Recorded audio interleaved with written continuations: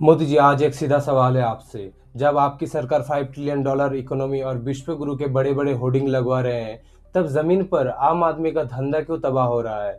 कई शहरों के रेस्टोरेंट्स में कमर्शियल गैस ना मिलने की वजह से रेस्टोरेंट्स लगातार बंद हो रहे हैं। अकेले मुंबई में ही 20% रेस्टोरेंट्स और होटल कमर्शियल एलपीजी ना मिलने की वजह से बंद हो चुके हैं। और इंडस्ट्री बॉडीज वार्निंग दे रहे हैं, अगर सप्लाई जल्दी नॉर्मल नहीं हुआ तो 50% तक रेस्टोरेंट्स बंद हो सकते हैं। बेंगलोर और चेन्नई के किचन में तो सिर्फ 1 से 2 दिन का बैकअप बचा है।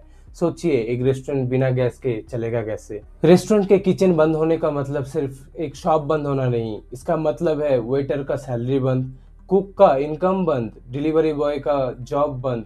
एक सिलेंडर शॉर्टेज पूरा लोकल इकोनॉमी को झटका देता है। और जो लोग सोच रहे हैं कि ये तो सिर्फ रेस्टोरेंट्स का प्रॉब्लम है, उनके लिए एक रियलिटी चेक।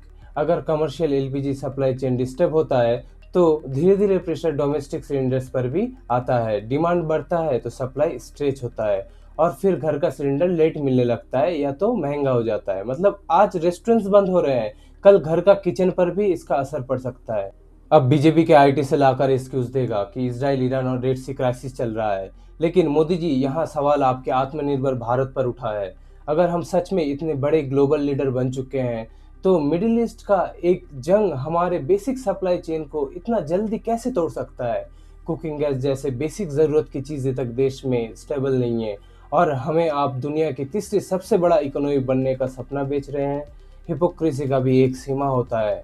आज गैस की शॉर्टेज से रेस्टोरेंट्स स्ट्रगल कर रहे हैं, और इसका असर पूरा लोकल इकोनॉमी पर पड़ रहा है। पर मेन सवाल है, ऐसे बेसिक चीज़ का सप्लाई इतना अनस्टेबल क्यों है? क्या आपके शहर में भी ऐसे प्रॉब्लम देखने को मिल रहे हैं? कमेंट करके ज़रूर बताइए।